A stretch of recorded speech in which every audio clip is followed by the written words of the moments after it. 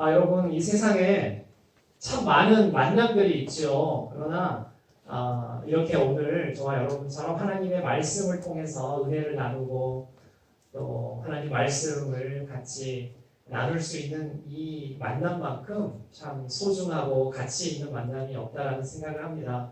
여러분들 온라인에서 굉장히 유명한 거 아시죠? 청천교회 고등부는 페이스북에서 굉장히 유명해요. 전도사님이 여러분 신방 다니면서 사진을 찍어가지고 올리시거든요. 그거 다 허락받고 올리는 건지 모르겠어요. 여러분 초상권이 지금 침해가 당하고 있는데 제가 이렇게 보니까 낯설지 않아. 몇몇 친구들 이렇게 얼굴 본 것 같기도 해요. 근데 그 배경이 주로 어디예요?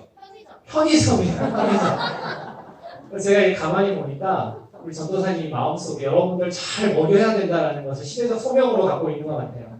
잘 먹이지요. 또 수학 과외도 해준다면서요. 이런 전도사님이 대한민국에 없습니다. 참 좋은 전도사님, 말씀의 은혜도 있으시고 여러분들 얼마나 극진하게 사랑하고 생각하고 이번 수련회 준비하면서 굉장히 기도 많이 하고 한 사람 한 사람 이름 불러가면서 애쓰는 그런 모습을 보면서 참 우리 청천교회 고등부 친구들은 복된 친구들이다라는 그런 생각을 했습니다. 여러분 오늘 수련회 오면서 나는 정말 오기 싫었는데 억지로 등 떠밀려서 온 친구 있으면 손 들어보세요. 엄마가 가라고 해서 어쩔 수 없이 왔다. 한 명도 없어요? 그러면 자발적으로 왔다. 나는 수련회 자발적으로 왔다. 그 뭐예요? 한 지금 3분의 1은 자발적으로 왔는데 아니면 전도사님이 협박해서 그럼 어떻게 나머지 3분의 2들은 어떻게 온 거예요? 끌려온 것도 아니고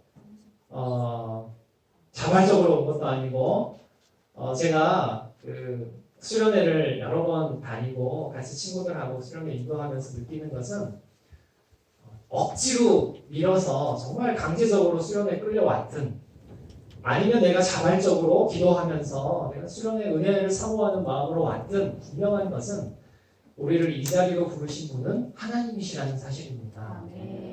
여러분 하나님이 이 귀한 시간에 이 시골에 여러분 왜 이 시간에 여기 앉아 있으세요? 불편하게? 훨씬 편한 곳에서 놀 수도 있고 쉴 수도 있고 공부할 수도 있는데 왜 이 시간 이 자리에 와서 여기 앉아서 하나님 말씀을 듣습니까? 하나님께서 여러분을 향한 분명한 이유와 목적이 있다고 믿습니다. 여러분 그것은요 1박 2일 동안 잠깐 공부를 내려놓고 달콤한 휴식을 여러분들에게 주기 위한 것도 아니고 또 이 친구들과의 서먹서먹한 이 관계를 좀 원만하게 친하게 지내라고 여러분들에게 기회를 주는 것도 아니고 부모님에게서 잠시 떠나서 여러분들에게 자유를 만끽하라고 1박 2일 동안 수련회로 부른 것이 아닙니다. 여러분 이 귀한 시간에 하나님께서 여러분 한 사람 한 사람을 지명해서 이곳 수련원에 부르신 유일한 목적은 우리 모두가 십자가의 선명한 복음 앞으로 나아가서 철저하게 회개하고 말씀을 통해서 다시 회복하게 하시는 하나님의 은혜를 경험하게 하는 것인 줄 믿습니다. 여러분 이번 수련회 이 주제가 뭐예요? 여기 보니까 말씀의 능력으로 비상하는 거예요. 유일한 목적이에요. 그래서 이 시간 특별히 여러분께서 마음을 하나님 말씀이 나에게 어떻게 전해지는지에 집중을 해서 이곳에 우리를 부르신 하나님 아버지의 마음을 깨닫는 시간 되면 좋겠습니다. 바라기는 정말 오늘 이 자리가 하나님의 긍휼이 임하는 자리요 하나님의 크신 사랑이 저와 여러분의 마음을 새롭게 해서 말씀을 통해 주시는 크신 능력을 풍성하게 경험하는 복된 시간 되기를 바랍니다. 저는 처음 이제 15년 전에 교육 전도사인데 처음 고등부 사역을 한 이래로 최근에 2년 전까지 사랑의 교회에서 고등부를 담당할 때까지 수련회를 오면 꼭 우리 아이들하고 외치는 구호가 있어요. 수련회 저녁 때마다. 사실 그거는 구호라기보다는 우리의 생명이 되시고 소망이 되시는 한 분의 이름입니다. 그분이 누구세요? 예수 그리스도예요. 그래서 제가 어떤 질문을 하더라도 여러분은 큰 소리로 예수 그리스도를 한번 크게 외쳤으면 좋겠습니다. 연습 한번 해볼까요? 근데 이게 제 목소리보다 작으면 안 돼요. 여러분 찬양하는 목소리를 들어보니까 뒤에 있는데 잘 안 들려요. 여러분 구호는 크게 외치는 거예요. 예수 그리스도, 우리의 삶의 유일한 소망이 되시는 예수 그리스도 그 이름을 제가 한번 질문을 할 테니까 크게 한번 외쳐봅시다. 준비됐죠? 우리의 생명은 누구입니까? 예수 그리스도. 지금보다 10배는 더 크게. 우리의 자랑은 누구입니까? 예수 그리스도. 우리의 능력은 누구입니까? 예수 그리스도. 우리의 소망은 누구입니까? 예수 그리스도. 우리를 이 자리로 이끄신 분은 누구입니까? 예수 그리스도. 우리의 영원한 소망이 되시는 분은 누구입니까? 예수 그리스도. 우리의 삶의 주인은 누구입니까? 예수 그리스도. 우리 가정의 주인은 누구입니까? 예수 그리스도. 우리 청천교회 고등부의 주인은 누구입니까? 예수 그리스도. 여러분 정말 믿습니까? 네. 예, 정말 이 예수 그리스도가 이 시간 여러분들 마음 가운데 풍성하게 경험이 되는 시간이 되면 좋겠어요. 바라기는 이 저녁 시간에 말씀의 능력으로 비상하라는 이 주제가 단지 구호만이 아니라 정말 비상하는 경험을 여러분 할 수 있으면 좋겠습니다. 우리 옆에 친구들하고 이렇게 한번 인사를 나눠볼까요? 말씀의 능력으로 새롭게 되는 은혜가 있기를 바랍니다. 이렇게 한번 인사합시다. 말씀의 능력으로 새롭게 되는 은혜가 있기를 바랍니다. 우리 아직 굉장히 처음 봐요, 서로? 처음 보는 사람처럼 굉장히 낯설어 하는데, 우리는 영 가족이에요. 하나님 안에서 한 가족이기 때문에 이 시간 함께 은혜 받는 귀한 시간 되면 좋겠습니다. 여러분, 미국에서 갤럽 조사를 했습니다. 근데 서글픈 통계 자료가 나왔어요. 타임즈에 실린 내용인데요. 제목이 이렇습니다. 성경책, 존경은 하지만 읽지는 않는 책. 여러분 공감이 되세요? 벌써 제목부터 유쾌하지가 않죠. 굉장히 기분 나쁜 제목이에요. 아마 우리나라의 경우도 크게 다르지 않을 것 같은데 미국인 가운데 92%가 성경책을 갖고 있습니다. 집에 평균 3권 정도의 성경책이 있어요. 여러분도 거의 비슷하죠? 3권에서 5권 정도 성경책이 있죠.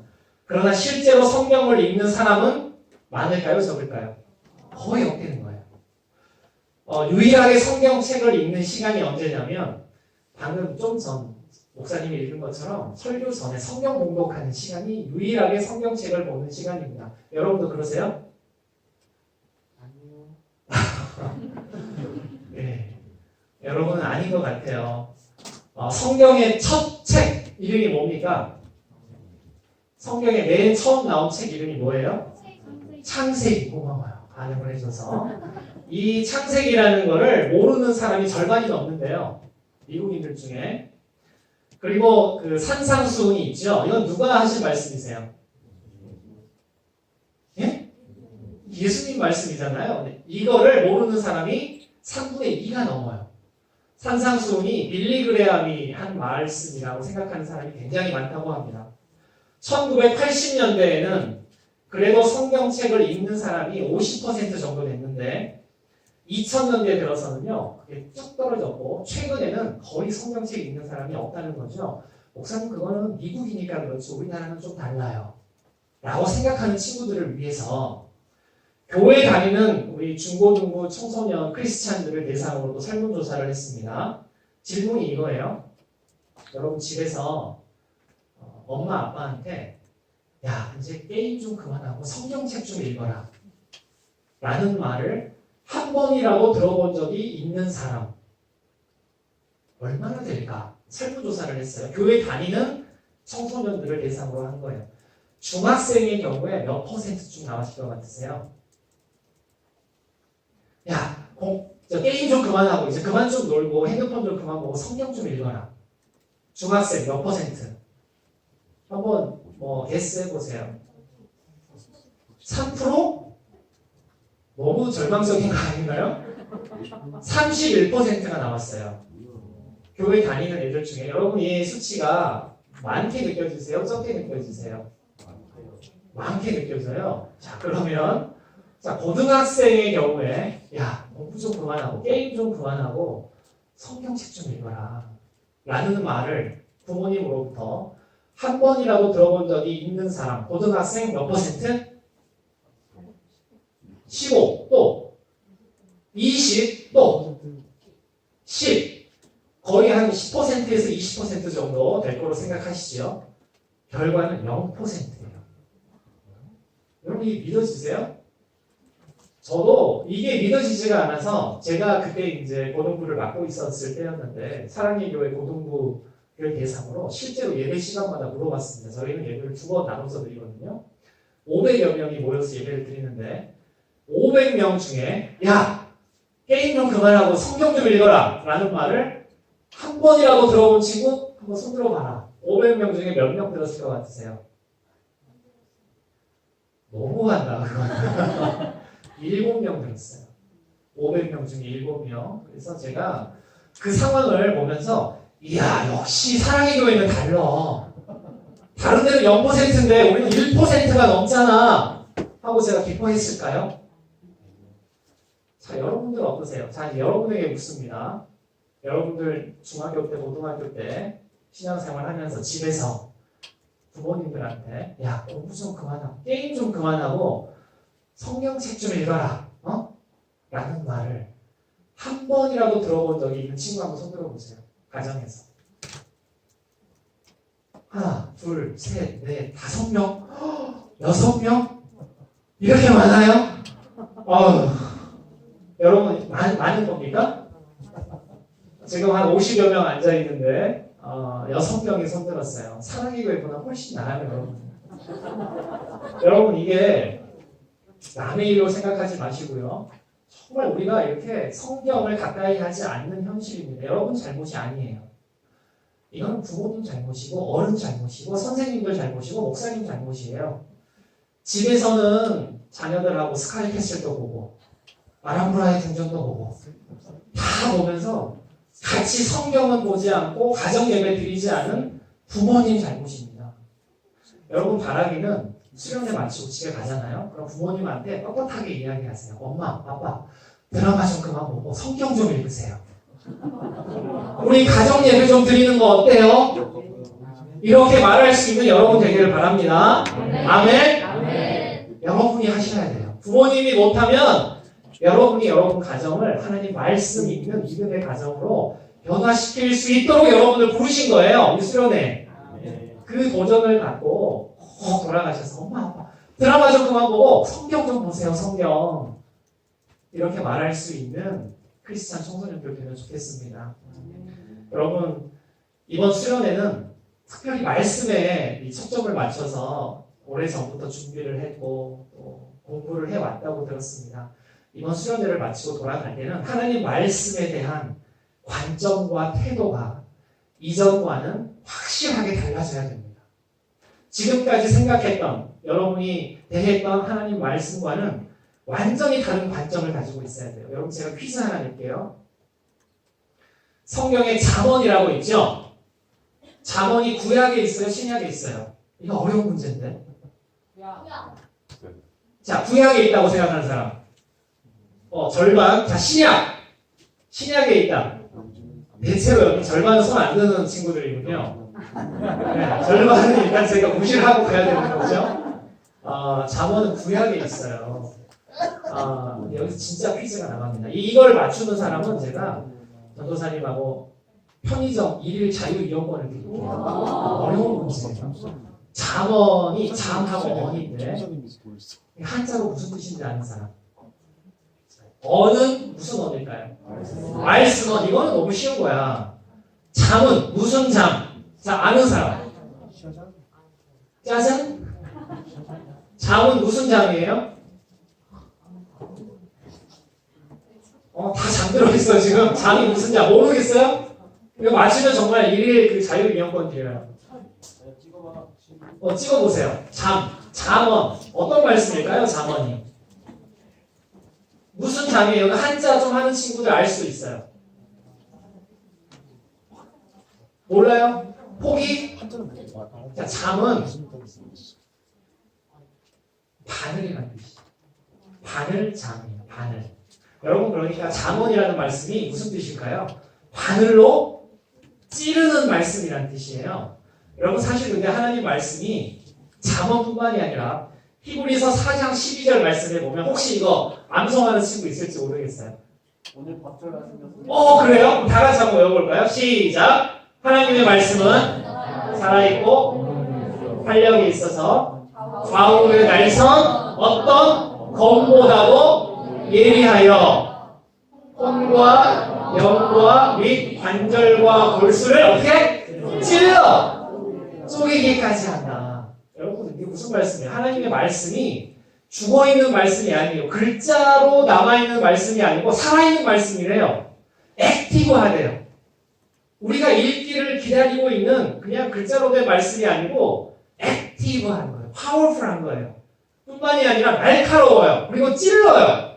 우리의 영과 혼과 및 관절과 골수를, 우리의 심령과 우리의 마음과 우리의 영혼을 찌르는 능력의 말씀이 바로 하나님의 말씀이라는 겁니다. 하나님의 말씀은 우리의 영혼에 찔러 넣는 바늘과도 같은 말씀입니다. 여러분 그런 경험 해본 적 있으세요? 말씀을 읽다가 가슴이 아파요. 너무 마음이 아파요. 그런 경험 해본 적 있으세요? 성경을 안 읽으니까 그런 경험을 못하는 거예요. 성경을 읽다 보면 갑자기 마음이 아파요. 왜 그럴까요? 이전까지는 몰랐는데 우리 옆에 친구들 얼굴을 한번 보세요. 다 멀쩡해 보이세요? 또 괜찮아 보여요? 한번 얼굴 보세요. 멀쩡해 보여요? 겉으로 보기에는 여러분 다 괜찮아 보여요. 다 예뻐 보이고 건강해 보여요. 그러나 여러분의 속 마음은 어떠세요?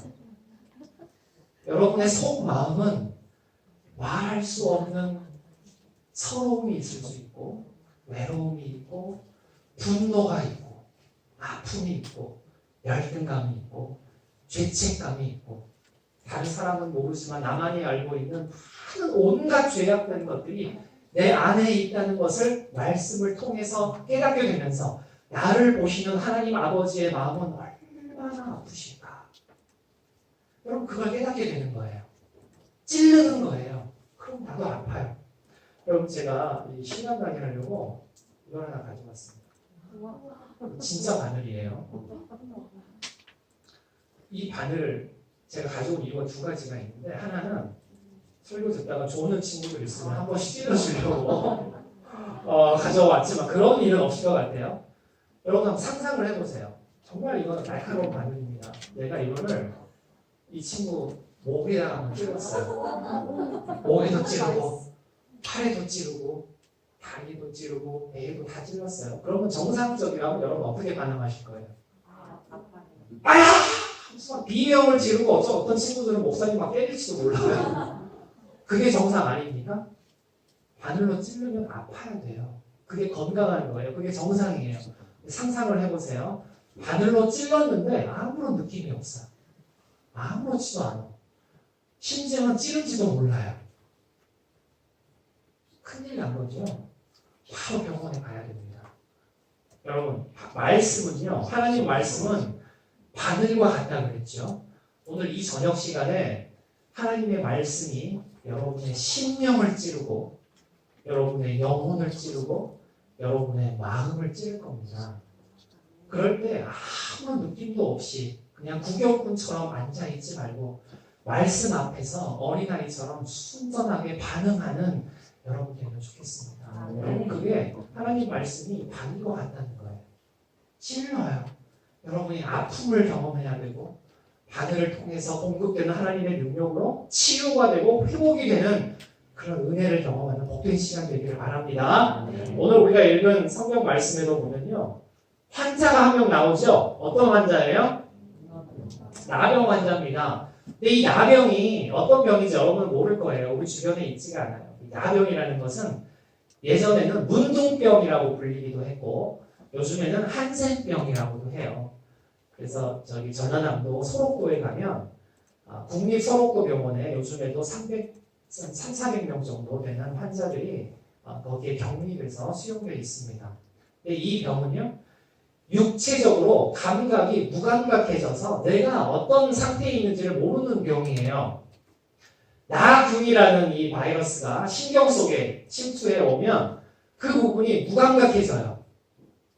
깨닫지를 못합니다. 느낌이 없는 거예요. 그래서 우리가 보통 칼에 베이거나 송곳에 찔리면 통증을 느끼고 아픔을 느끼고 굉장히 이렇게 힘들어하는 게 정상인데 그걸 알아요, 몰라요? 나병 환자들은 몰라요. 그걸 그대로 두니까 그 부분이 썩어 문드러져가지고 그냥 상한 상태로 그냥 내버려 주는 겁니다. 여러분 난로를 쬐다가요 한겨울에 난로가 있다고 생각해봐요. 근데 나도 모르게 발가락을 난로에 댔어요. 타들어가. 여러분 정상적이면 어떻게 해야 돼요? 소리를 지르고 난리 법석을 피워야 정상이잖아요. 그것도 몰라요. 발가락이 타들어가는 것도 몰라요. 그럼 길을 가다가 넘어져서 손가락을 잘못 돼가지고 손가락이 골절이 됐습니다. 부러져 버렸어요. 그러면 정상이라면 하면서 소리를 지르고 당장 병원으로 달려가야 되는데 그걸 몰라요. 그러니까 이 나병 환자들은 손가락, 발가락이 몇십 개가 있어도 이거 배겨낼 길이 없다는 겁니다. 여러분 아픔을 느끼지 못한다는 것은 심각한 거예요. 감각이 없다는 거는요 정말 이거 심각한 문제입니다. 느낄 수 있다는 게 얼마나 감사한 일인지 몰라요. 오늘 본문에 나오는 이 나병 환자가 그런 환자였습니다. 느끼지를 못해요. 특별히 이 나병 환자는 그 당시에 사람들이 이 나병 환자를 인간 취급을 안 하는 거예요. 예수님 당시의 나병 환자는요 하나님도 포기한 사람, 저주받아서 이 병에 걸리는 사람, 가까이에서는 절대로 안 되는 사람, 그런 사람이었습니다. 만약 여러분이 그 당시에 예수님 당시에 태어나서 나병에 걸렸어. 상상을 해보자고요. 그러면 여러분이 맨 처음 당하는 일은 뭐냐면 집에서 쫓겨납니다. 이건 가차 없어요. 예외 없어요. 무조건 집에서 쫓겨납니다. 학교에서 쫓겨나요. 또 교회에서도 쫓겨납니다. 마을에서 쫓겨나요. 완전히 격리돼가지고 같이 살 수 없을 만큼 혼자서 정처 없이 떠돌이 생활을 해야 하는 비참한 생활을 하는 사람이 바로 이 나병 환자입니다. 왜 그랬을까요? 많은 병 중에 왜 하필 나병 환자만 그렇게 격리를 시키고 아주 몹쓸 병처럼 생각을 했을까요? 구약 성경의 레위기에 보면 정결법이라는 게 있어요. 깨끗하게 하는 그런 법이라는 거죠. 특별히 나병 환자에 대한 언급이 굉장히 많습니다.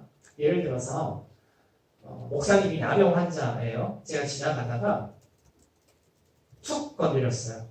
툭, 툭, 툭. 지금 4사람을 건드렸는데 살짝 내가 건드리기만 해도 내가 방금 건드린 사람은 다 부정한 사람이에요. 레위기 법에 그래요.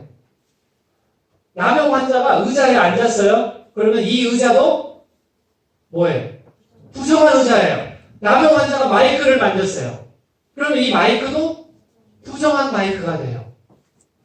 여러분 그러니까 참 멀리서 나병 환자가 나한테 가까이 와. 그러면 내가 돌을 들어서 그 나병 환자를 때려 죽였어. 그래도 이거는 살인죄가 아니라 뭘까요? 정당방위가 돼요. 이게 레위기 정결법에 나옵니다. 그만큼 이 나병 환자를 사람들이 얼마나 금기시하고 멀리했는지 이해가 되시죠? 역사가 요세푸스라는 사람이 있습니다. 이 요세푸스가 나병 환자를 살아있는 송장이라고까지 했어요. 그러니까 시체라는 거예요. 좀비라는 거죠. 또 중세시대까지만 해도 신부들이 이 나병 환자를 다 앉혀놓고 장례식 그 예문을 읽어줄 정도로 나병 환자는 인간 취급을 받지 못했습니다. 세상에 이렇게 비참하고 사람들의 조롱을 받고 멸시를 받고 손가락질을 받고 천대받는 사람도 아마 없을 거예요.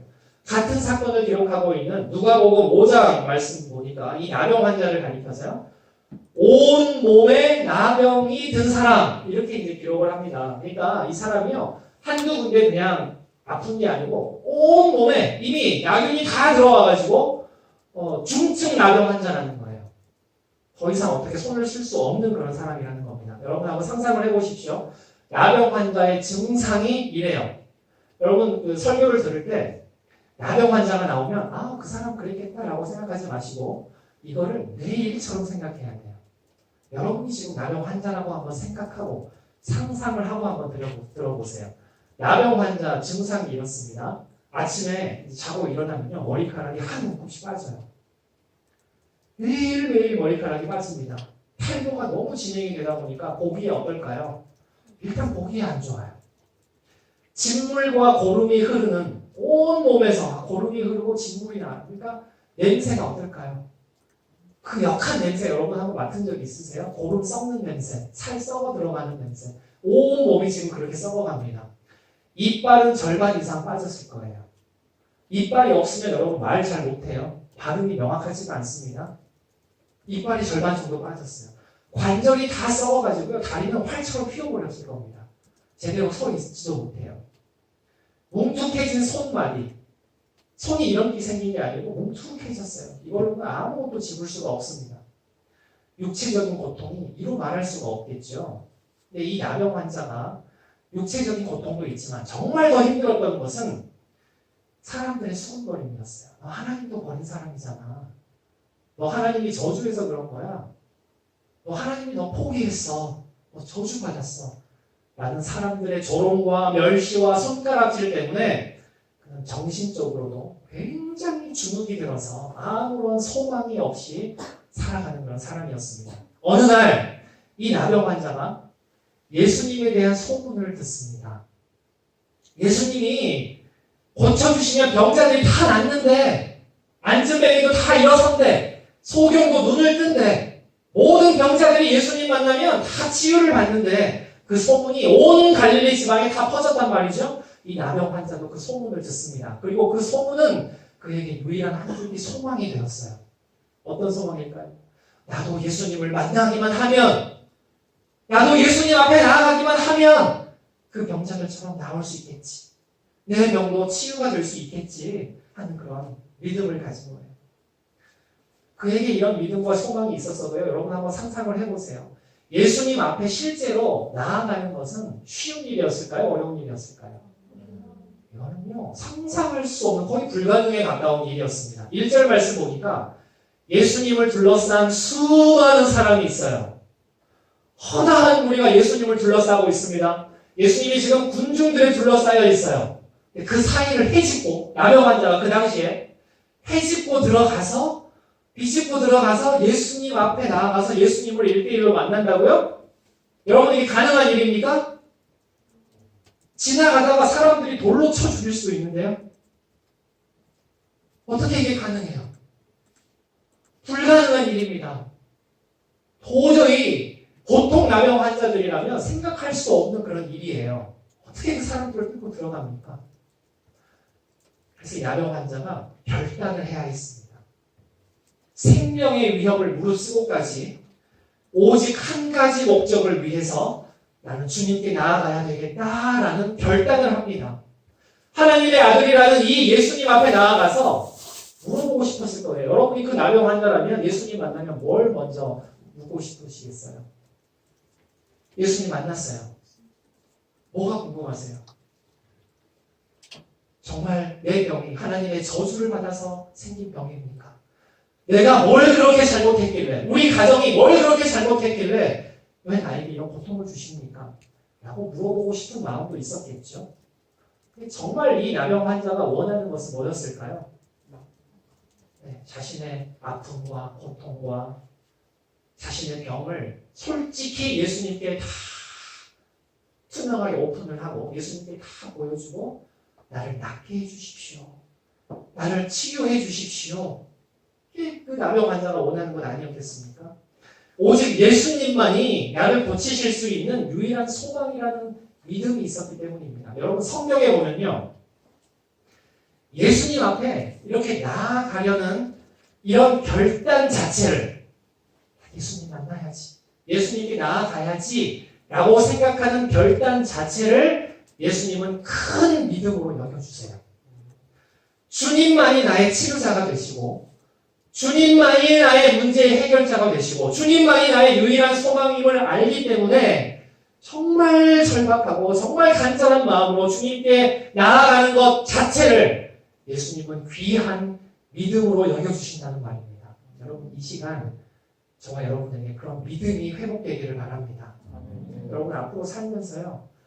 또 이제 고등학교 막 올라온 1학년 친구들도 있고 이제 고3 수험 생활을 시작하는 친구들도 다 있을 텐데 앞으로 인생을 우리가 살면서 이 나병 환자가 겪는 것과 비슷한 아픔을 우리 겪을 겁니다.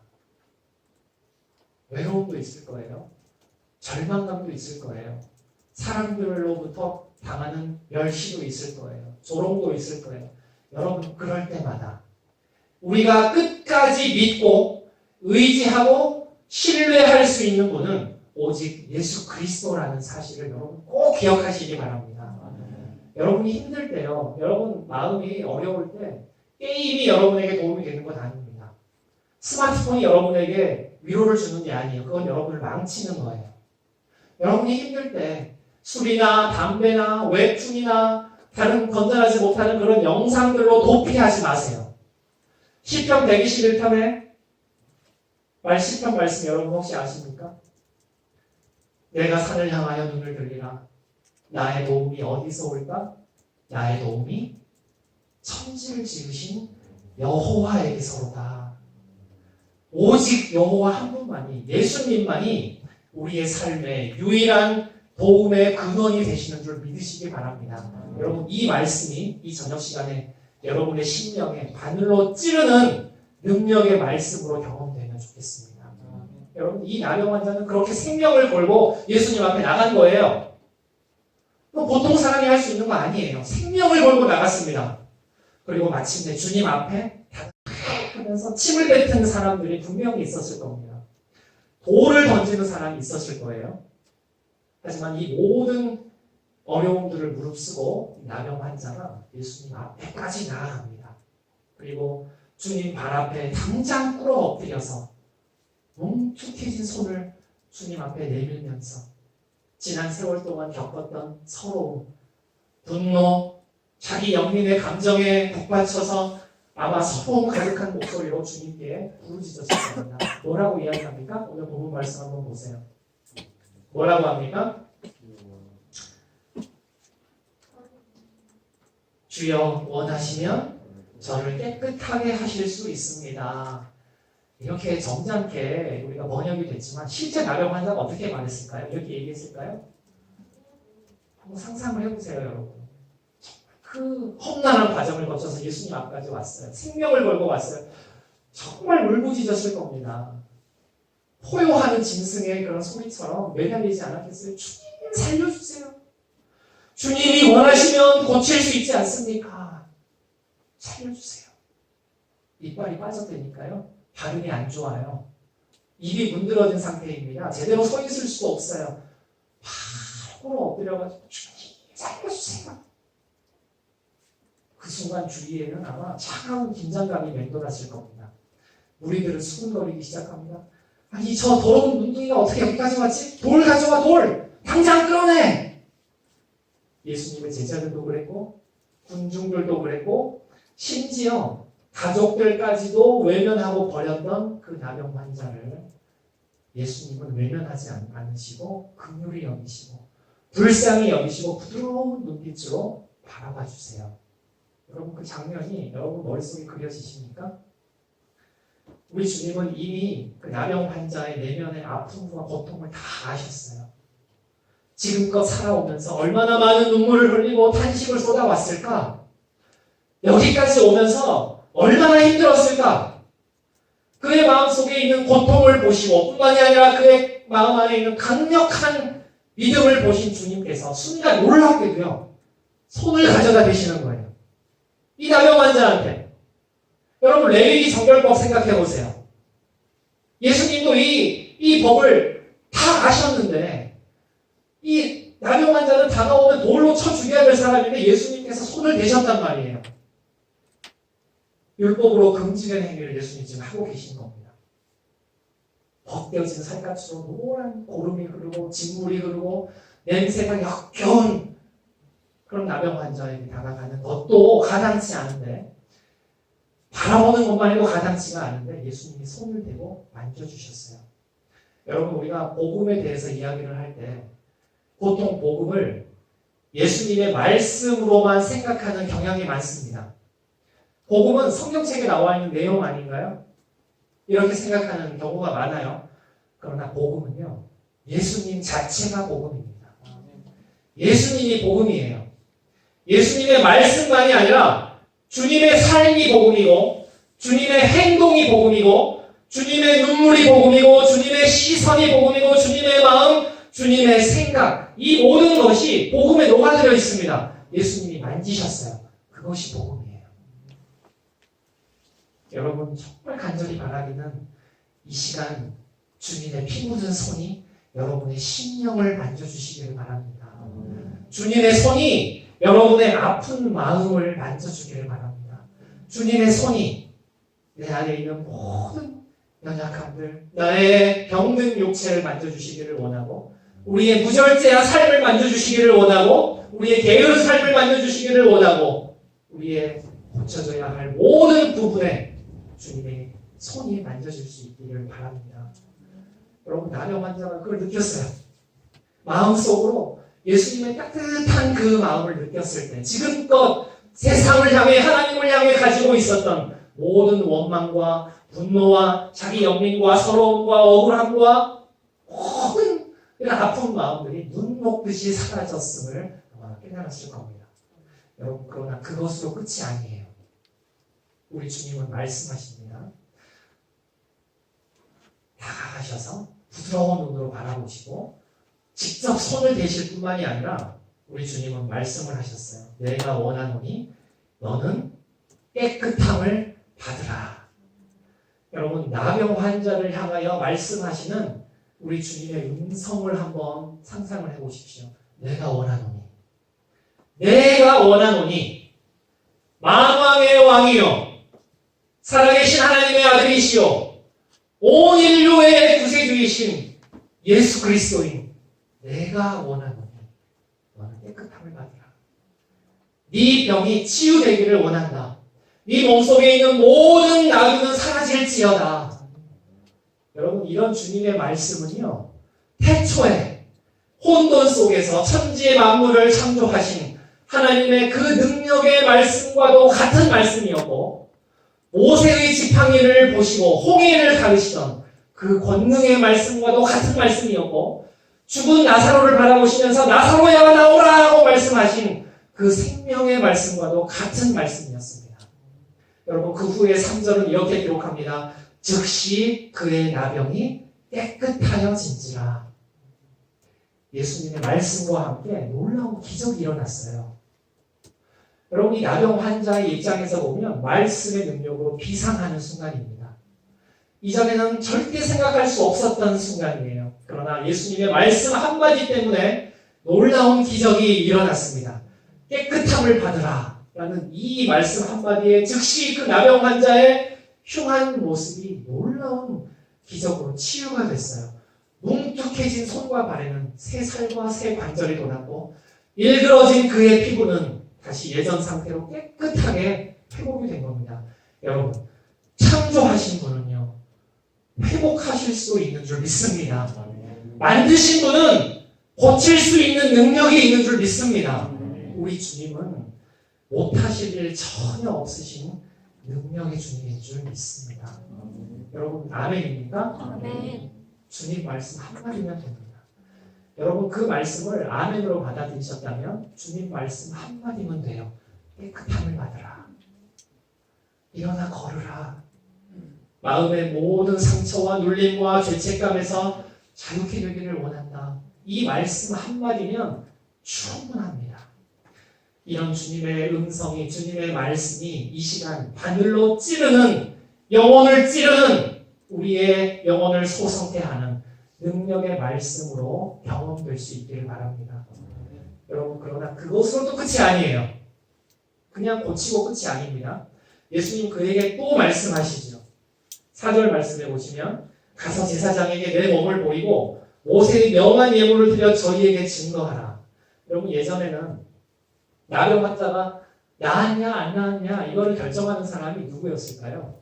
제사장이었어요. 그래서 나병 환자가 제사장 앞에 가면 제사장이 그 상태를 보고 아이 좀 더 있다 와 아직 멀었어 하고 다시 쫓아내면 이제 합류를 못합니다. 그러나 다 나았다라는 최종 판결을 제사장이 내리면 다시 그의 집으로 돌아갈 수가 있었습니다. 육신의 이 썩은 질병을 고쳐주신 예수님께서 그것뿐만이 아니라 잃어버렸던 그의 이전의 삶의 자리까지도 회복해 주시는 거예요. 육신의 회복뿐만이 아니라 그의 정신적인, 영적인, 사회적인 모든 문제로부터 완전한 회복을 예수님께서 지금 이루어 주셨다는 말씀입니다. 여러분 이제 말씀을 좀 마무리를 하려고 하는데 오늘 이 짧은 말씀, 이 구절을 보면서 이 나병 환자의 고통과 또 치유의 이런 모습을 보면서 정말 여러분은 어떻습니까? 여러분은 어때요? 이 나병 환자를 뭐 그런 사람이 있겠지가 아니라 바로 나의 일이라고 한번 생각해 보라고 말씀을 드렸죠. 여러분의 가정은 어떻습니까? 여러분의 지금 마음은 어떠세요? 여러분 부모님과의 관계는 어떻습니까? 여러분 믿음과 신앙은 지금 어떠세요? 여러분 고통은 지금 어떠세요? 여러분의 개인적인 삶은 어떻습니까? 내가 원하노니 모든 죄악과 오염된 것으로부터 깨끗함을 받으라 라는 말을 정작 들어야 할 사람은 저와 여러분 아닙니까? 내가 원하노니 마음의 질병과 상처와 낙심과 절망에서 깨끗함을 받으라 라는 이 말씀은 우리 자신과 우리 가정을 향한 하나님 아버지의 마음 아닐까요? 우리가 겉으로 보기에는 건강해 보이고 목사님이 지금 보기에는 아무런 문제가 없는 것처럼 보여요. 다 멋있어 보이고 다 건강해 보이고 다 아름다워 보이고 아무 문제 없는 것 같지만 우리의 영적인 감각은 어떻습니까? 여러분 하나님 말씀을 대할 때 여러분의 영혼의 상태는 어떻습니까? 경건의 능력은 말할 것도 없고 경건의 모양까지도 잃어버리고 있는 오늘날 우리가 반드시 들어야 할 말씀이 내가 원하노니 깨끗함을 받으라 라는 이런 주님의 능력의 말씀 아닐까요? 여러분 새학년을 이제 시작하기 전에 저는 여러분 이렇게 수련회 와서 의자도 없이 바닥에 이렇게 앉아 있는 상태로 말씀을 듣고 찬양을 하고 같이 기도하러 나온 이 모습만 보더라도 여러분은 정말 기특한 일이에요. 여러분 칭찬받아 마땅한 일입니다. 새학년 시작하기 전에 수련회 와서 주님의 말씀의 능력을 믿기에 허다한 군중을 뚫고 수많은 무리를 뚫고 주님 앞에 나온 그 나병 환자의 심정으로 주님 원하시면 나를 깨끗게 하실 수 있지 않습니까? 주님 원하시면 우리 가정을 회복시키실 수 있지 않습니까? 주님 원하시면 우리 나라를 건강한 나라로 강건한 나라로 만드실 수 있지 않습니까? 하는 이 절박한 마음으로 주님 앞에 꿇어 엎드려 간절히 기도하기 위해서 모인 분들이에요, 여러분. 맞습니까? 혹시 우리 개인적인 상황이 목사님도 모르고 다른 친구들도 몰라요. 선생님들도 몰라요. 전도사님도 몰라요.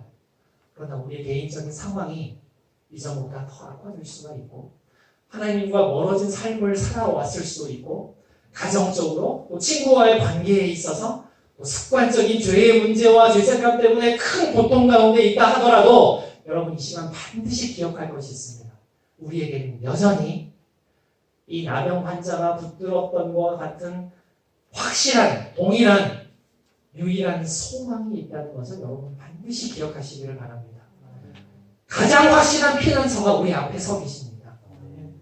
가장 확실한 문제의 해결자가 우리 앞에 계시는 거예요. 그걸 잊지 마세요. 누구십니까? 예수 그리스도. 우리가 설교 시작하기 전에 그렇게 외쳤던 예수 그리스도. 나의 유일한 소망이 누구입니까? 예수 그리스도. 우리의 가정의 주인이 누구입니까? 예수 그리스도. 내 삶의 주인이 누구입니까? 예수 그리스도. 내 삶의 치유자가 누구입니까? 예수 그리스도. 예수님이 우리 앞에 서 계세요. 이제 우리 결단만 남았습니다. 여러분 어떻게 하시겠습니까? 이 나병 환자는요, 목숨을 걸고 예수님 만나러 갔다 그랬죠? 누구 여기 지금 예수님 만난다고 여러분 죽일 사람 아무도 없어요. 목청껏 주님 도와주세요. 주님 살려주세요. 원하시는 나를 깨끗게 할 수 있지 않습니까? 라고 외친다고 해서 여러분 핍박할 사람 아무도 없습니다. 여러분 결단하셔야 돼요. 수련회 온 것도 기특하지만 와서 그냥 돌아가는 것이 아니라 정말 나를 이곳에 부르신 유일한 목적을 가지고 이곳에 부르신 하나님을 만나고 돌아가는 이 저녁 시간 되기를 바랍니다. 그러기 위해서 여러분 결단하세요. 주님이 서 계세요. 우리 앞에 서 계세요.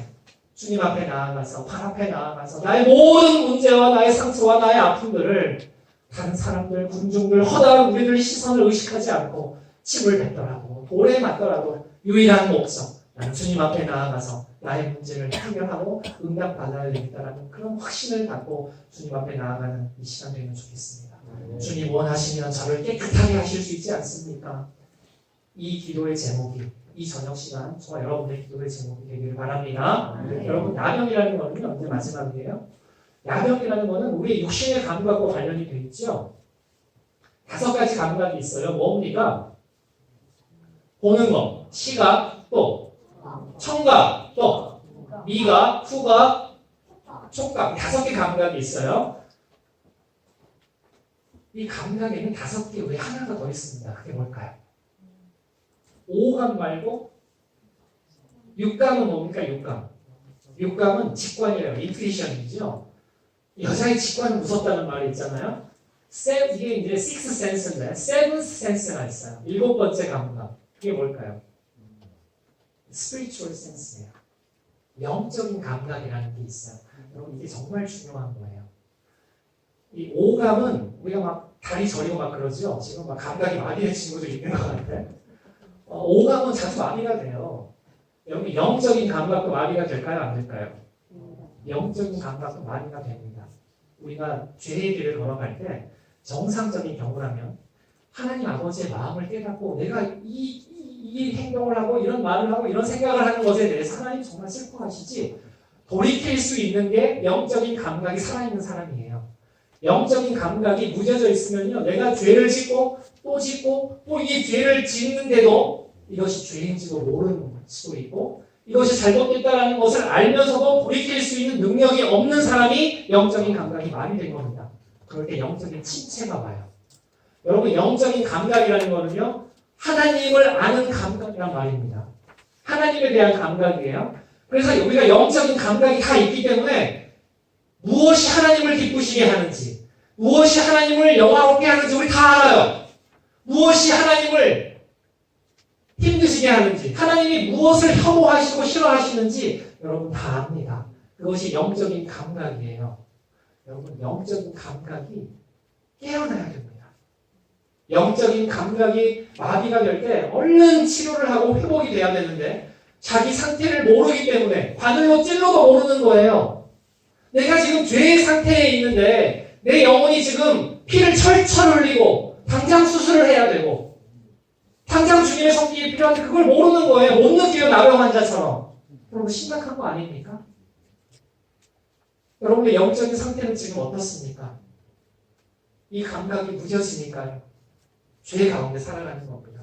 우리 중에 많은 사람들이 영적인 감각이 마비되어 있습니다.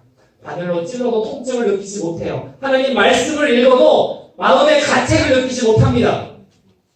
나를 책망하고 꾸짖는 말씀을 들어도 또 찬양을 부르고 기도를 하고 예배를 드려도 느낌이 없어요. 겉도는 거예요. 얼마나 비참한 일입니까? 반면에 하나님에 대한 감각이 살아있는 사람은요. 경험해본 사람은 알아요.